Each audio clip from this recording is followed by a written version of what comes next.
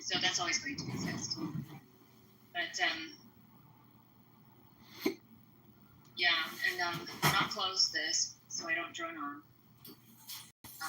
That there's everybody who makes decisions, like everybody in this room who made a decision today to voice, to support women. It's very appreciated. It's appreciated too, because the fact is that I'm going to go ahead and say we, because almost every woman I talk to, they just get tired of having to fight so hard to talk, just to talk and to share their perspectives, and it's valuable. And I'm not saying like support without reason, like absolutely criticize, absolutely question, things like that. But to just outwardly shut people down just because you don't like, that happens on the daily. Thanks for letting me talk. Really quickly, just wanted to say good morning to Hakeem. Hi, Hakima. How are you? Good morning, man. Hey, Serendipity. Good morning, everyone. I'm pretty good. How you guys doing this morning? Doing pretty good. Happy Friday Eve, y'all. Happy Friday Eve is great. I have to play these head games with myself in anticipation of the weekend.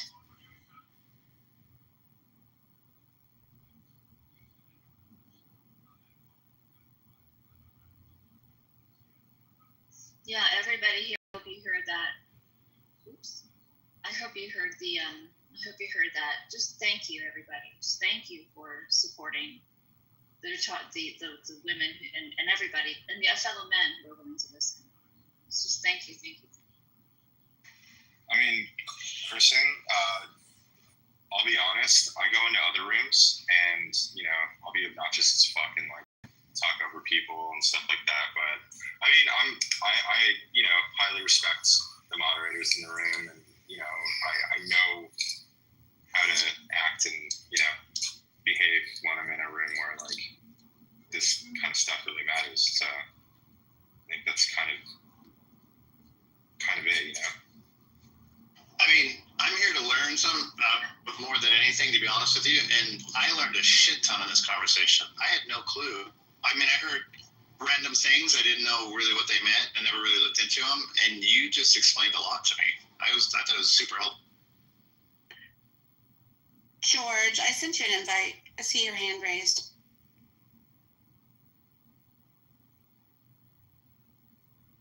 Good morning. Good morning. I didn't realize I had raised my hand. No worries.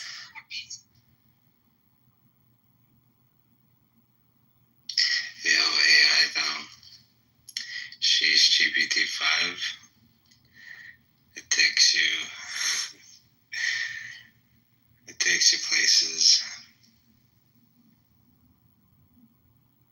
It's a good teacher and a good learner.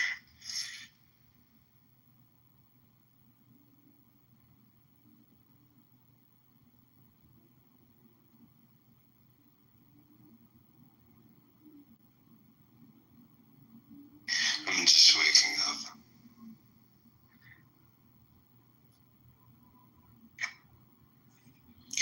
How are you doing, Hakima? I'm pretty good. How about you, Kristen? I'm good. Or Devin, or my friend, if you guys have anything to share. It's serendipity. Do you realize that that interaction with Jarl this morning is the most contentious interaction that this room has had in like a week? That says a lot about this room, because that wasn't very bad. That's literally the worst that we've had. Isn't that crazy? This room is super chill.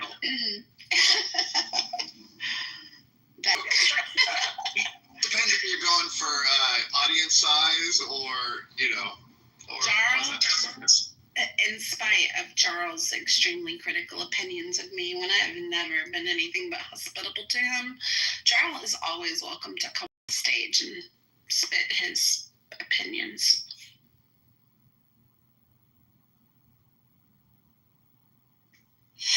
I just wouldn't leave it at melanated people.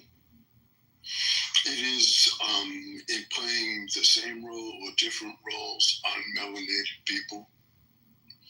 So I appreciate Nye putting herself out there and stating such a thing. But I want to push back on that, so to speak, because I definitely hear white people supporting idiotic ideas. So I just wanted to add that. Well, thank you, Devin. I'm not sure what you were referring to, but when I said brown-faced people, I was specifically referring to the groomer gangs in the UK. As far as I know, according to the media, these aren't white folks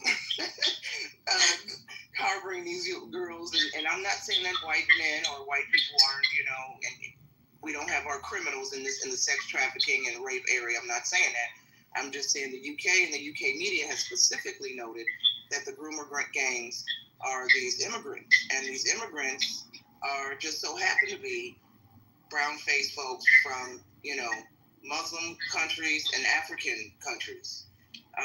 But I think the groomer gangs specifically are these kind of Arab Muslim types.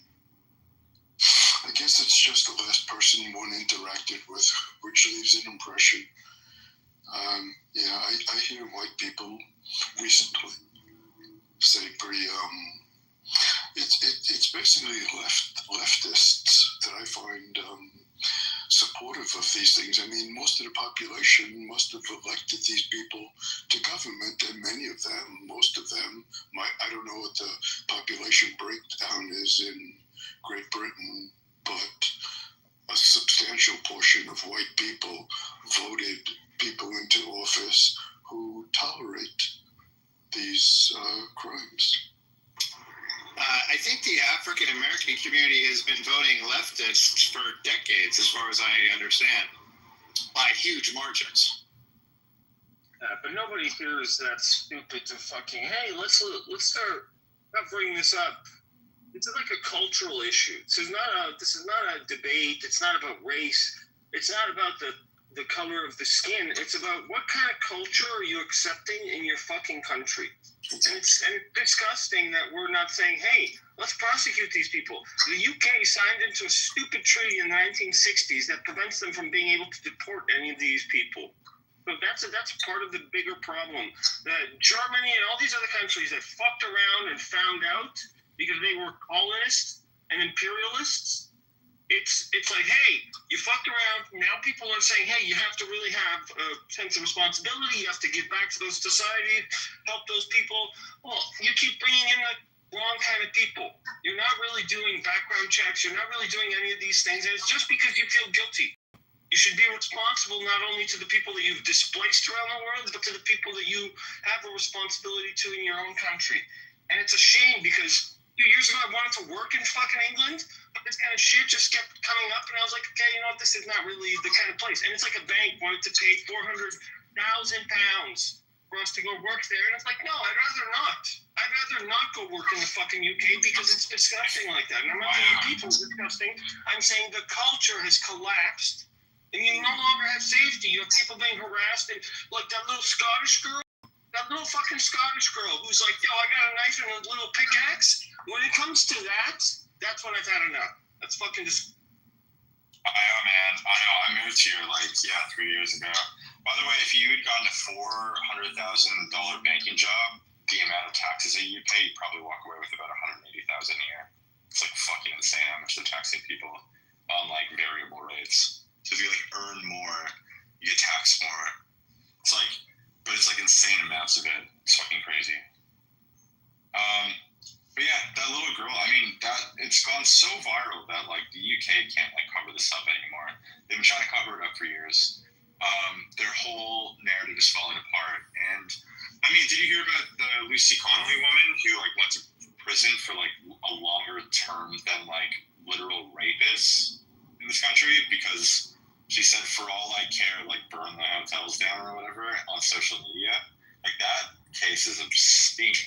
Got sentenced to prison for 31 months, and rapists are getting out in 24. It's a completely backwards, fucked up system here, and we're just looking to get out now. My wife and I are trying to get. We have an infant daughter. We don't want to be here. We don't feel safe with our daughter growing up here. I'm just interjecting real quick. Hey, Io and Dr. J, welcome to the state. Yay!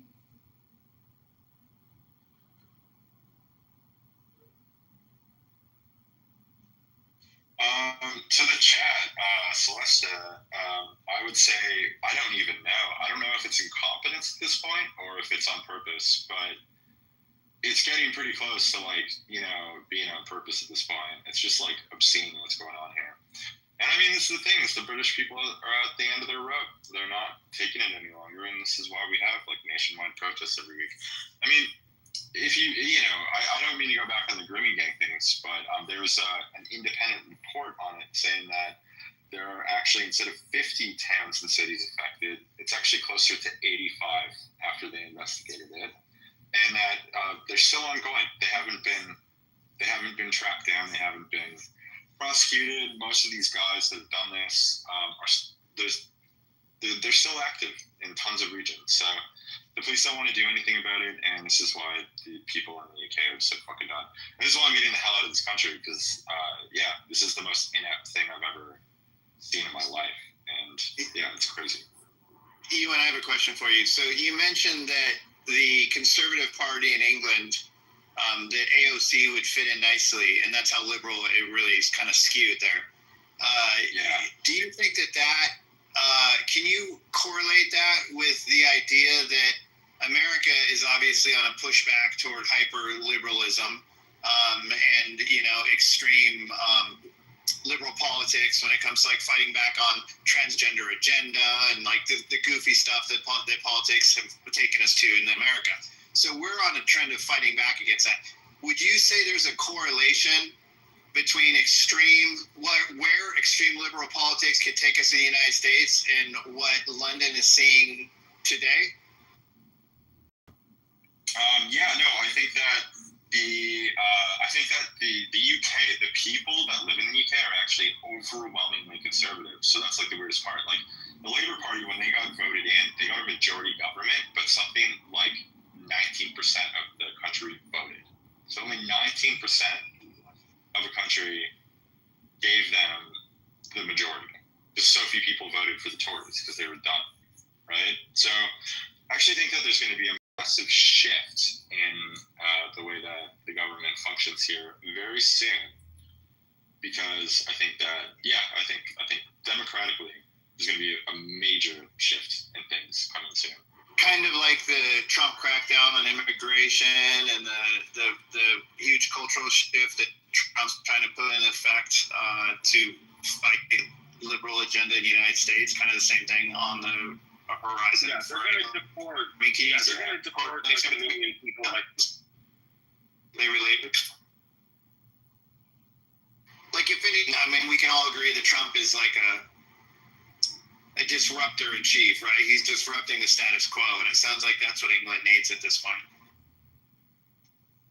Oh, dude, that times 100, to be honest. They're just afraid of being called racist. That's the problem. In England, if there's a specific hate speech law that says, hey, it doesn't matter that you don't think somebody is racist. If the victim thinks it was racist or hate speech, it automatically is. It's the stupidest law. In America, the qualification in the law says if a reasonable person says it's hate speech, then maybe a jury would vote that because that's the condition they would have to follow. In England, it's not. It's the victim, which is the stupidest thing. I'm I know you guys are all sensitive. You had imperialism. You had your fucking empire. You lost it. But you can't have stupid laws like that. Canada also swung that way. Living in Canada, I can tell you that the hate speech laws lean a little bit in the direction of the UK. And because we're so close to the US, that the laws in the US make so much more sense. They just do. It's hey, a reasonable person? Yeah, that sounds reasonable. But when you remove that condition from the law and you just start saying, hey, everybody can start saying that everything's racist, then that word loses meaning and you get evil trampling over innocent people. Jarl says that Canada, in the chat, he says, we don't have hate speech laws, moron. That's what he said to what you're saying about Canada. We do, unfortunately, we do. Yeah, unfortunately, we do. Yeah. I'll even put the reference in if you want. Up to 5 years in prison. Yeah, it's pretty strict actually. Yeah, just to quickly chime in. I must admit, I was kind of fascinated by the conversation vis-a-vis the grooming gangs and you, and I just wanted to, I presume that you is in the UK, but with the hate speech thing, right, as a European, we kind of get a little bit exasperated with you Americans seemingly thinking that you have an absolutist position on this, and that the American definition of free speech and hate speech is the definition of hate speech and free speech. And the telling thing about what you just said, Io, in what you just said is imperialism. But if we scratch that, you know, in living memory, there was a genocidal war which was fought in Europe. And one of the reasons why that war was fought was because of the hate speech spewed by the leader of Germany for some 12 years before that. So there is a heightened sense of sensitivity, around it in Europe. And if you exclude that, then you don't understand the reason why so many European countries have laws around hate speech. Could they maybe be modified? Probably, right? But you've got to start from that position to understand it. I agree. And if you compare the rape statistics of the year 2000 to the year 2023 and look at countries like Poland, UK, Germany, and France, I don't know what the fuck Poland is doing. I come from Poland. I'm a Polish Jew, so I agree with everything you're saying. Like, I don't tell Polish people that I'm a Jew because the whole fucking conversation awkward. But yes, I agree that there's like, you know, very, very bad things have happened in Europe, even in recent memory, even in the collective memory of people. But there's something to be said about, hey, when children are being raped at a disproportionate level, then something needs to happen. Either the laws need to change or England needs to leave the treaty that says, hey, they're not going to deport people even if they're criminals. That's my contention. That there was a law, a provision. I'll give you the provision in a second, but if you can comment on that, that would be... Okay.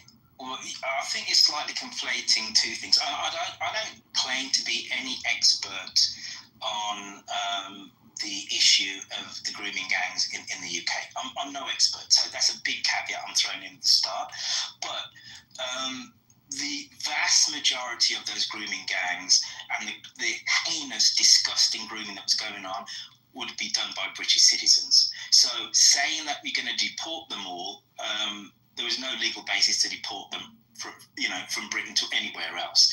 Has there been some isolated incidents of relatively recent migrants raping girls in the UK? Yes, but the vast majority of these grooming gangs, which has been going back for some 20 years, when I forget which newspaper first uncovered the systematic patterns that were happening in these northern towns, they're all of British citizens of a certain ethnicity, I will grant you that, and a certain ethnicity of a certain religion in a certain specific bit of a certain country. It really can be narrowed down, but they were British citizens. Royfeld, before you were in the room, Ewan was talking about the those rape gangs and the grooming gangs, and he said he believed that the reason the government has enabled them for so long is that liberal politics have gotten to the point where they are more worried about being called racist than they are about protecting the safety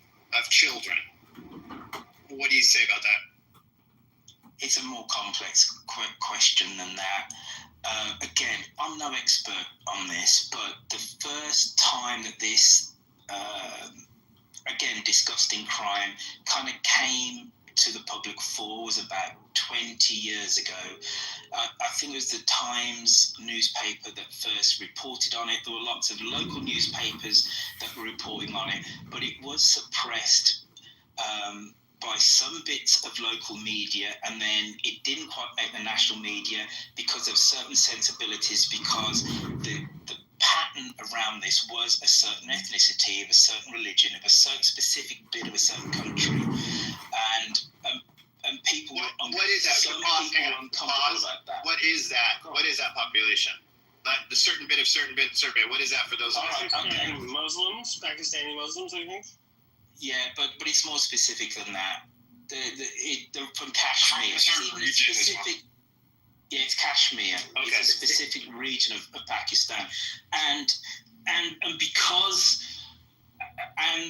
of certain local community leaders, etc. These people initially, social workers were not prosecuting and going after these men in the way that they should have, because the girls were poor, and a lot of them were at first were not believed, but they're all of a certain socioeconomic type. There's every kind of prejudice you could put on the perpetrators and then also the victims was kind of assumed by various people in power, and it's terrible. But to say that the government, and I'm no fan of the British government, by the way, and Keir Starmer, and I'm definitely no fan of him, actually he did prosecute back in about 2010 numerous of these gangs when he was the director of public prosecutions. So we have to be slightly careful about government complicity and trying to push it underneath the carpet, because actually he didn't. However, this has been a rolling story for years, and it's terrible. There's no two ways about it.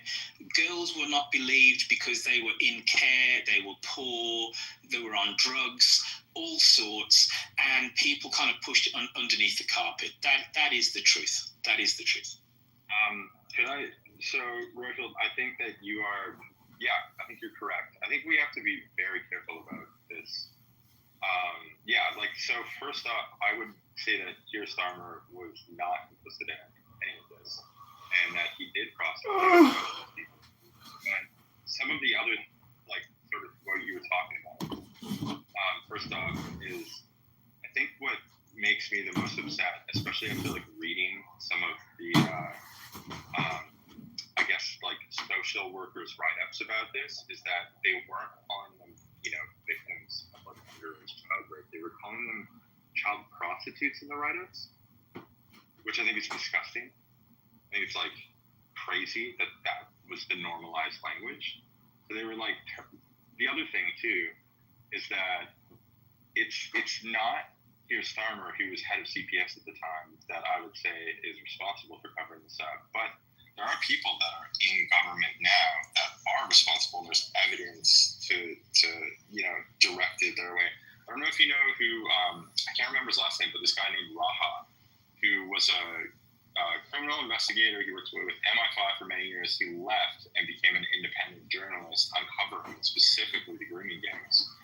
And what he came up with is that Angela Rayner, he has evidence that Angela Rayner actively covered it up. Andy Burnham, who's the mayor of Manchester, and then there's a whole list of labor politicians, and he has evidence on all of them. And the government has refused to, because they would essentially be investigating themselves, right? So what do you do in that sort of case?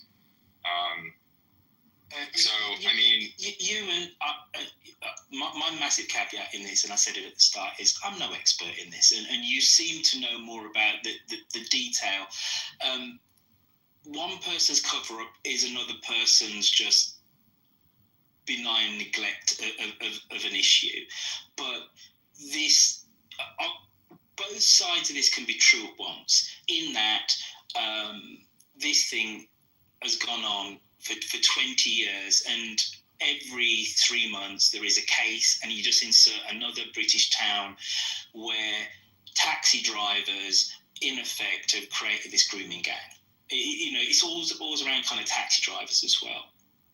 And on the other hand, it can be true also that actually we've been talking about this for 20 years, almost 20 years. So cover-up isn't quite the right expression. There's been no national investigation into this, and they've traced 85 towns and cities down with an independent investigation. Just released documents yesterday.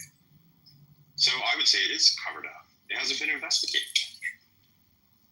Well, again, I defer to your wisdom on this, but the very fact that the first case got to the national press in about 2007 or something or another, and people were prosecuted back in 2010, says to me slightly otherwise. But I take your point about a joined-up investigation that looks at the national-wide patterns of this and who was where when these cases came to their desk, and people were prosecuted, but the systematic failure of social services, but also the police on the ground when the first complaints were made in various cities, and what we can learn from that. All right, so I think the two opposite things can be true. It's not exactly a cover-up. However, there are things that we can learn and we should learn, and maybe a nationwide investigation which looks at all these instances, will pour some light onto this disgusting episode.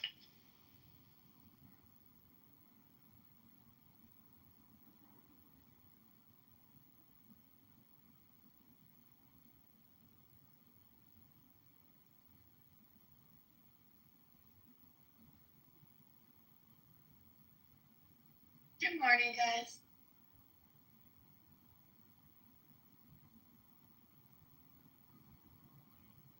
This is content serendipity. We're creating content.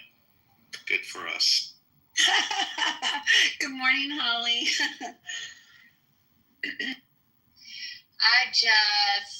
I'm listening. But man, I don't know, guys. I don't know where to go. I feel like, are we safe anywhere anymore? I don't know. Sometimes. Is America, should we all just get the fuck out of here? Well, you're safer from sexual crimes in America than you are in England, and you're safer from gun crimes in England than you are in America. Well, I'd rather be raped than my children be killed at their school. Oh, well then America's perfect for you. No, I'm sorry. England's perfect for you. It's backwards. Backwards. You need to move to England. I know that's fucked up, but I'm for real. These are the questions now, right? Where do I want to live? Do I want to get raped, or do I want my kids to get killed in school? It's crazy because the little girl who was like, hey, stay away from my sister. She's only 12. She got arrested. Not the guy who was calling them sexy, but the girl who was like, yo, stay away from me. So it's weird that we're taking those kind of priorities. I want to ask really hard questions, but it's like, hey, there's a lot of details there. The parents of the girl are saying one story. The news is saying another. The UK government is saying a different story than the people who are from that culture are saying, no, it's not a migrant issue. It's a definition of the word rape. When a little girl feels that she has to swing an axe and a knife, I don't care what your beliefs are. Something is wrong. Fucking fix it. That's exactly what Ewan said earlier. Did something new happen in the UK that I may have missed that brought this conversation? Yeah, little Scottish girl. If you just look up Scottish girl knife. It started, as a recap, it started because Ewan was talking about living in England, and we had somebody from Georgia talking about wanting to live in England, and Ewan was saying, you don't want to live in England, it's a disaster. And then he started giving details about the rape groups and things like that, and a lot of us didn't know about that, and so we got really in depth to it. We started looking up, doing some research, and Cool. we found that England is... What happened with the Scottish person with the knife? The Scottish girl? Yeah, so just from what I know, and if somebody knows more, then please correct me. But a little Scottish girl with her sister walking on the street. Her sister gets approached by this migrant, and he's kind of trying to, I don't know, engage them in some way, talk to them that they're sexy or whatever. And supposedly, what happened was that this is not the first time that this has happened, and so they're much more vigilant about protecting themselves. And so you have something like, hey, the girl whips out a knife, draws a little axe. It looks like medieval and stuff, but she pulls it out and says, stand back, my sister's only 12. Leave her alone, kind of thing. And then the guy keeps going, and really don't know what happened after that. The kind of video cuts off, but apparently one of the girls ended up in the hospital, according to some reports. Now, it'd have to be confirmed, but that's kind of like we're at, that there was this, hey, migrants take priority because we can't be racist. Seems to be the story. I'd like to be wrong. I don't think, listen, I'm going to check out of this conversation because I fully appreciate that, you know, there's no two ways about it. This terrible grooming gangs thing did happen in the UK, is probably still happening somewhere. And we need a root and branch torchlight on it as to the reasons why things got so bad. But, you know, if the conversation started with, don't go live in Britain because you're going to get raped, you know, it's like, come on now, right? And, you know, I'm proud to say that I come from somewhere which has free universal healthcare, right? Which has, and for somebody who, I loved my time in California, lived there for 9 years, I think we have a better work-life balance than in America. We have a low overall cost of living. You know, I could go on. America's a wonderful place, right? But if the conversation started, well, you know, you're going to get shot in America or you're going to get raped in Britain. You know, it's like, you know, we should all be a little bit more adult and a little bit more nuanced with our conversations. And again, I am not saying that Britain is perfect by any stretch of the imagination. But anyway, yeah, thank you for indulging me and letting me on the stage. The conversation didn't start that way. That was my sarcastic commentary 3 minutes ago. All right, Mike. The conversation started by Ewan giving us actual facts about what's going on over in England, which sounds pretty fucking messed up because we pulled up some statistics and saw that the UK is the top of the entire world of countries for amount of sex crimes, and it used to be Sweden. The UK is double Sweden in the last little bit of time, so it seems like it is a very serious problem. And, you know, whether or not we want to talk about it, it has political implications based on the liberal politics that have allowed, apparently it sounds like, a government to largely turn its nose to some serious issues because of the political implications of being called racist, which I think is a fascinating concept because the United States was kind of heading that direction. And Trump disrupted a lot of that by saying, you know what, our liberal politics are going a little bit too far. We can't have men and women's sports. We can't focus on transgender issues as a number one priority. And, you know, not every white person is racist when they call out statistics. Hey, Royfield, question for you. Are these the rape gangs, are they happening in Ireland? I feel like I don't hear about it there. I have no idea. Is there very heavy Muslim population seems to be walking around in various cities across my time there. And I was just curious if that was happening there because it doesn't seem like they have these problems there and wondering why.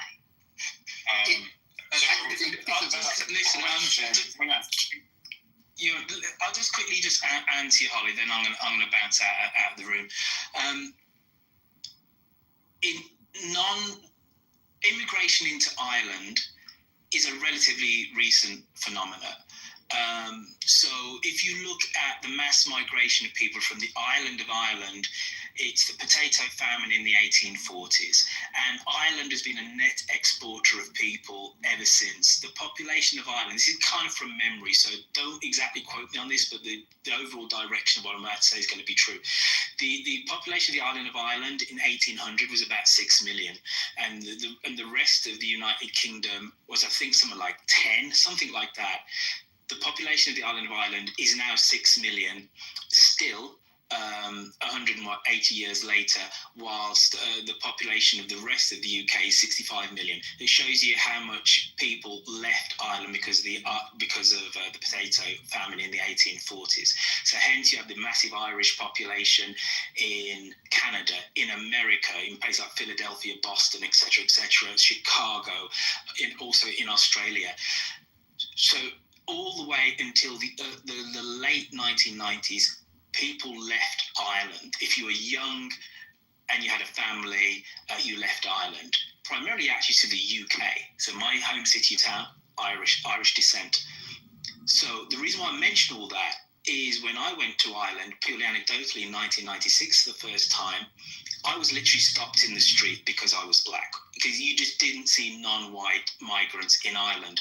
Since accession to the EU and with the Irish economy doing really well, in the early 2000s, you got lots of European migrants to places like Dublin and non-white Irish folks, non-white immigrants, going to Ireland. So now we are seeing first and second generation non-white Irish people, and it is incredibly common to go to somewhere like Cork or Limerick and see somebody who's black or brown who has an Irish accent and will call themselves Irish. It's a relatively recent thing, unlike in the UK, where there has been black and brown English people since the 1940s in significant numbers. There always were some before in places like London, but in terms of the mass wave of migration to the UK, so in the last census, 18% of people in the United Kingdom are non-white, and that fundamentally stems from 1948.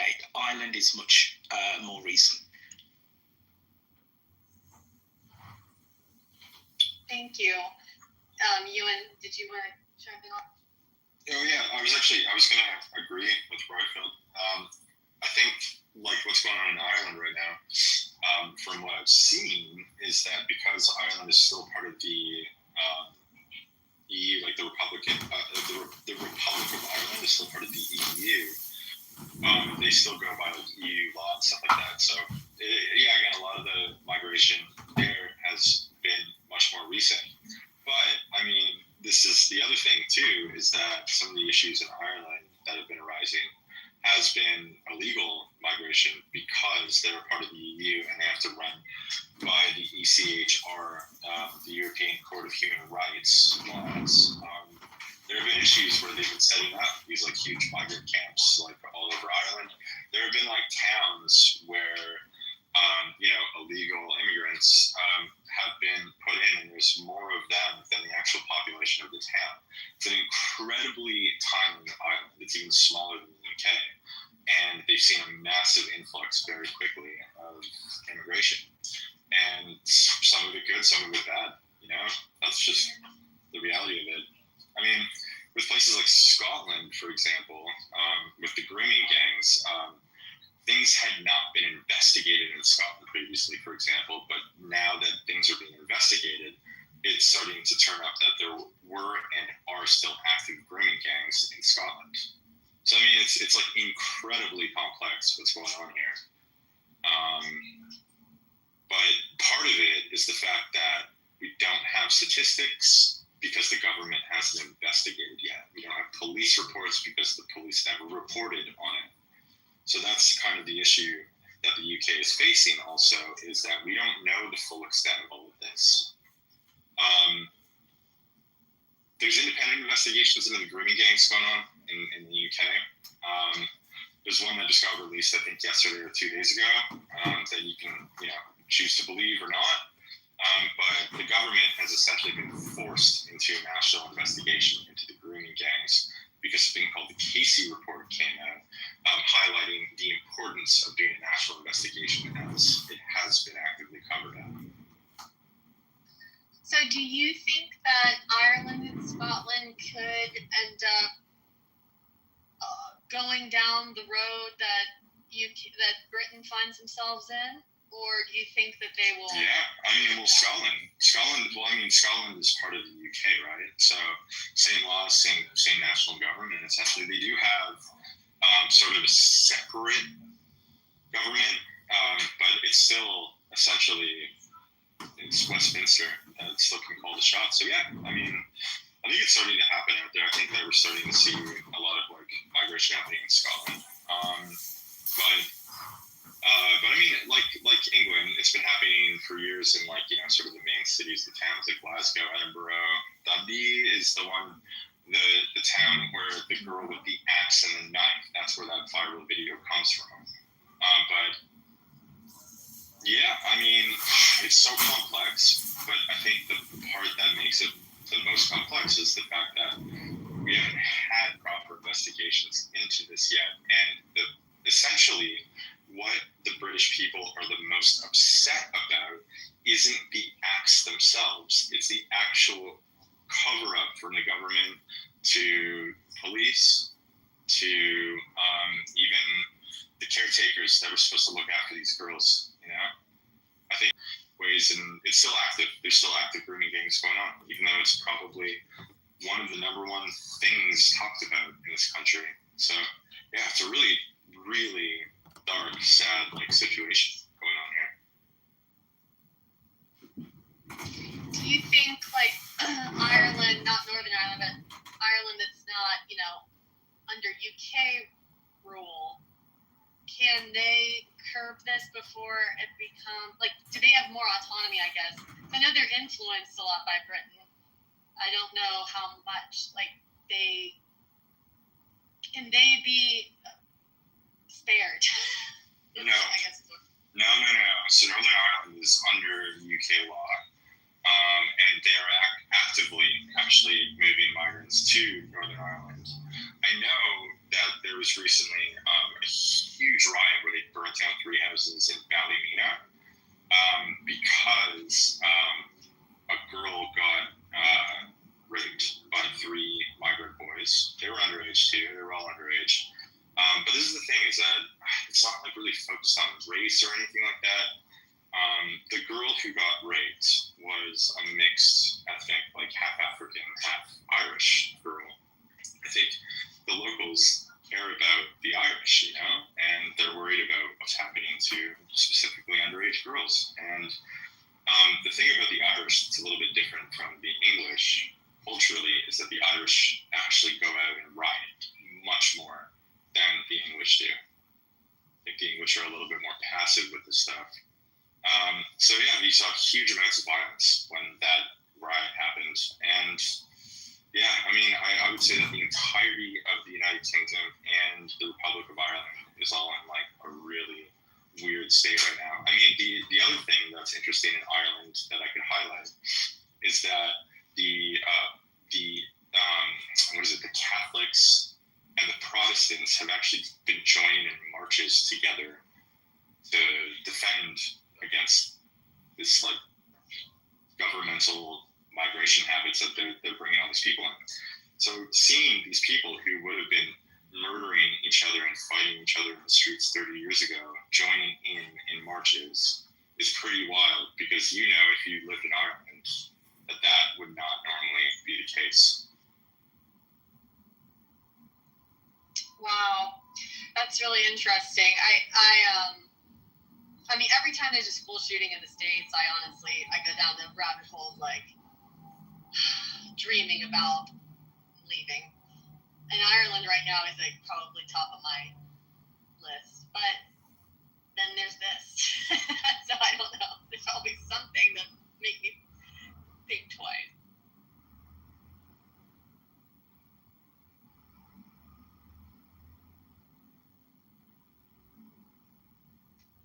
Yeah, it's a really sad state of affairs here. This is the thing, is that I could get a work visa out in the U.S. and just move my family out there. I live in the UK, and that's what I think we're going to have to do. To be honest, I think that the U.S., because of the way that your culture functions, I think that because of your constitution, I don't think that it's possible for what's happening here to happen in the U.S.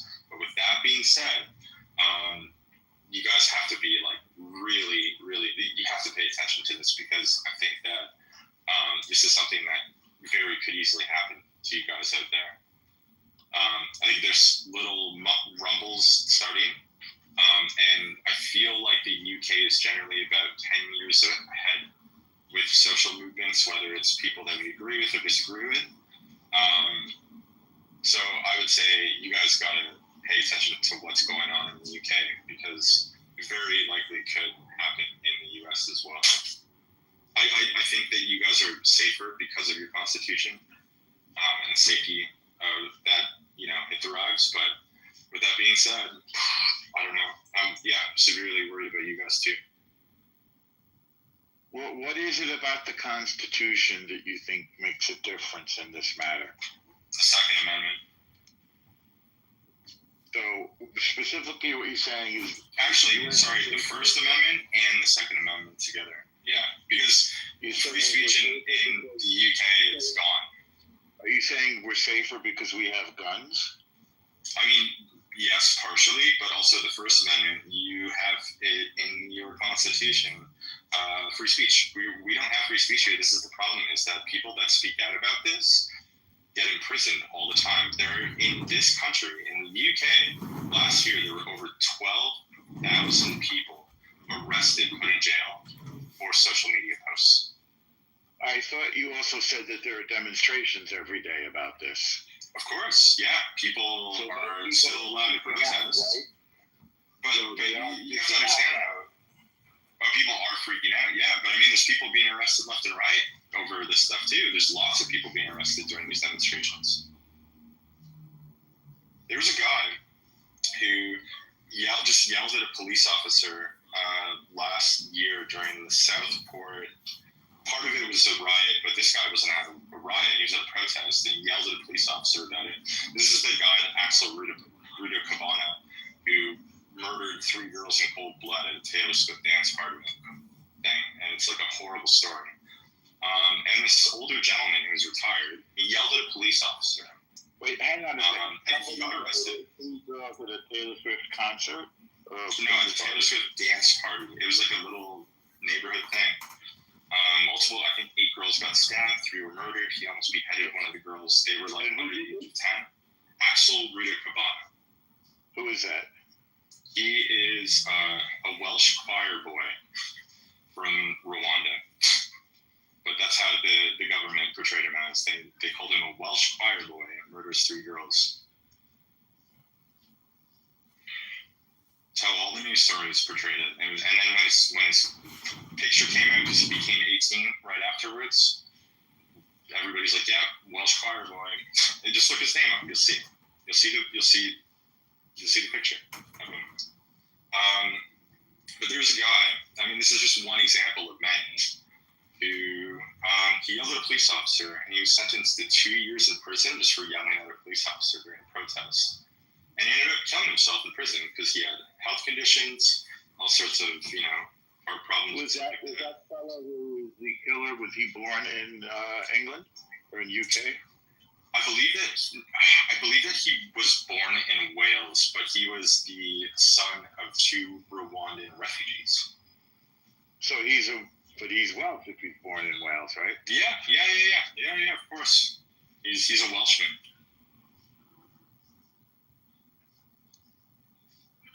Are you being ironic? Sort of. But yeah, technically he's a Welshman, sure. I wouldn't say he's ethnically a Welshman. But, his background is Rwandan. But you mean his parents are Rwandan? Wait, do you think that Wait, are you saying that a Welsh person... Wait, so if I went to Rwanda... No, do you know what? If I went to China and I had a child there with my wife who were both not Chinese, would you say that I have a Chinese child? I cannot speak to China. I can speak to America because I'm American. Yeah, I mean, do you know what? America is a bit different because America is like a few hundred years old, and I actually think that, becoming an American is actually like a really great thing. But, I mean, like the English and the Welsh and the Scots have like a, 2,000-year history. So, I mean, it would be sort of like in the, I would say British. I would say that he was a British man. Yeah. I wouldn't say he's necessarily ethnically Welsh, though. I don't know what ethnically Welsh is. Well, they have a huge history that spans thousands of years. You can look up Wales. I understand that. But you seem to be resentful, basically, that they called a black guy Welsh because he was black. No, they called him a Welsh choir boy. They called him a Welsh choir boy in the news, which is bizarre. Well, they were being ironic. Again, there's, that's what they After killing 3 girls and stabbing 8 others. It's meant to be lurid. It's meant to be tabloid. Okay, he's going to be our national news presenter and be a tabloid, then I don't think that they should be getting public funding then. Why? If they're going to be a tabloid, fine. Be a tabloid, do what you want. But if they're going to actually try to provide accurate coverage of the situation, then I would say that they probably shouldn't be getting national funding. I don't know. To minimize public anger, okay? That is what They happened. showed the picture of him, right? It took them 3 months to put the picture up. So the day after this happened, it's because he's a kid? No. Nobody knew what he looked like. Nobody knew who he was. Nobody knew anything for months. Because he was a minor? Yeah, he's 17. He turned 18 literally like a week after the... Was that the reason why they didn't show the picture? Because he's a minor? No, I think that they specifically didn't show the picture because of the public backlash, which did happen, which I don't agree with. I don't think that you should go out and riot in a horrible situation like that. I'm totally against that. I think what Ewan is pointing to is a trend with the media, and that happens in our country also. In fact, it did yesterday with the school shooter yesterday, where the media will lie by omission when the narrative doesn't fit what they want the narrative to be. So, I mean, it took about 5 minutes for me to find out that he was a transgender person. Yeah, but look at CNN, the New York Times, all their stories yesterday, they weren't talking about that at all. The other trans shoot... For us to know. That it wasn't even a day, it wasn't even an hour.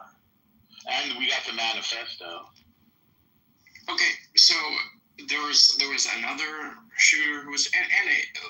this whole thing about every time there is a shooter and the left tries to say, oh, it was a right-wing nut, and the right tries to say, oh, it was a left-wing nut, that needs to end, because it's clearly more nuanced and complicated than that, and they're just mental people, but so it doesn't need to be a political football. But when you are a media editor, you should be posing to your reporters and your journalists, what are the natural questions that your viewer or reader are going to ask? And if you're leaving out things like, by the way, there's a huge meta trend that first-generation immigrants to England are exponentially more likely to commit crimes against persons. And by the way, you fail to mention that in the story, but if the perpetrator was white, that's in the headline every single time. Then while you may not be directly purporting a lie, you're certainly crafting the narrative to fit the pre-existing narrative that you want to put out. Thank you, Deriza. Yeah, specifically that. Again, I don't know if it's important that the guy was black. He's black. I mean, maybe it is. Maybe they're taking drugs that disrupt the natural endocrine systems in a person's body, and that affects more than just their physiology and affects their psychology. Well, Norma was on a call, but even though he's on a call, for the rest of them, I do want to clarify this as well.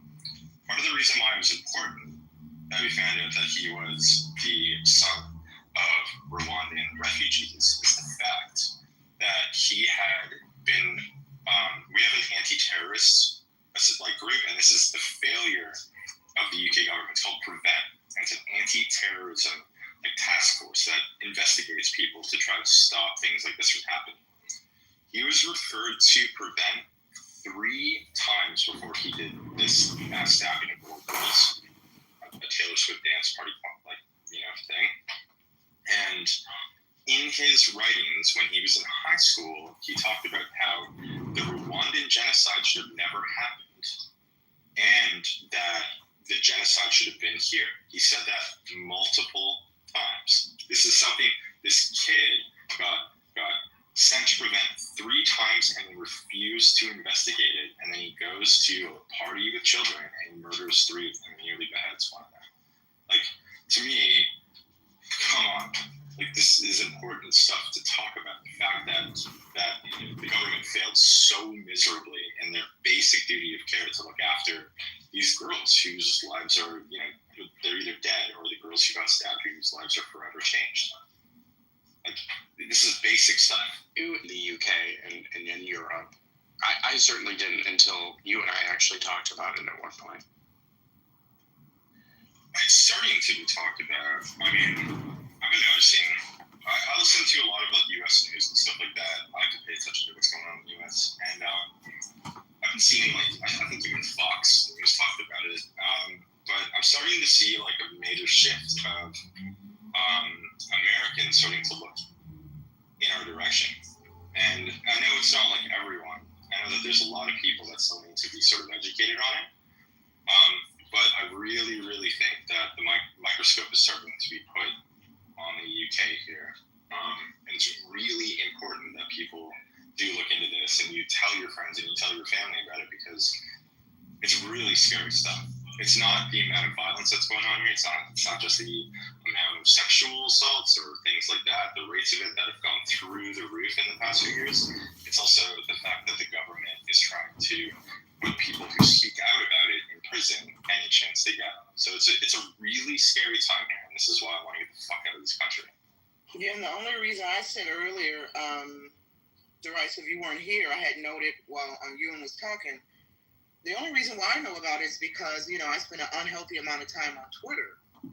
And there are a lot, there are a lot of accounts of people, UK-based people, Londoners,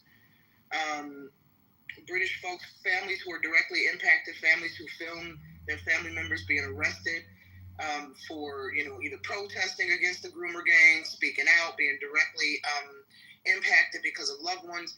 And not only that, you have a lot of people documenting what they call the two-tiered police system, where you have a lot of natural-born citizens being arrested for just doing something as simple as praying in public. You can't pray in public in some of these areas, according to testimonies being shared.